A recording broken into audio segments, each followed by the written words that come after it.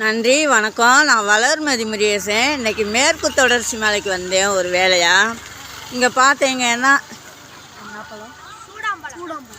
இது பேர் சூறாம்பழமாங்க. இது நல்ல மருத்துவ குணம் வாய்ந்தது. இந்த பழம் பாருங்க, கருப்பாக இருக்குது, உள்ள ஒரே ஒரு கொட்டை இருக்குது. சூறாம்பழம்.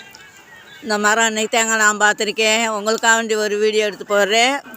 நன்றி வணக்கம். நான் வளர்மதி முருகேசன். இது சூறா பழம் மரம். மரமா செடியாடா? மரம். காய் சாப்பிடக்கூடாதாங்க, பழந்தாங்க சாப்பிடுந்தாங்க.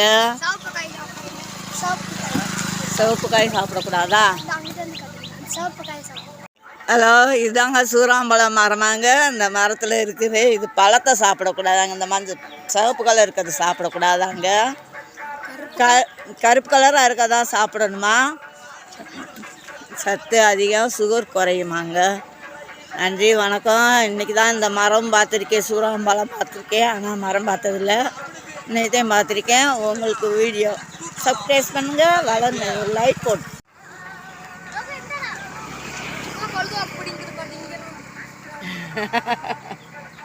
இது வீட்டில் கொண்டு போய் போட்டால் பழுத்துருமாடா அந்த பழம்? இதுவா? அது அதெல்லாம் பிடுங்கவே கூடாது. பிடுங்கவே கூடாது. ஓகே. இது மேற்கு தொடர்ச்சி மலையில் அமைஞ்சதுங்க. அதிசயமாக இன்னைக்கு கண்டுபிடிச்சிருக்கேங்க.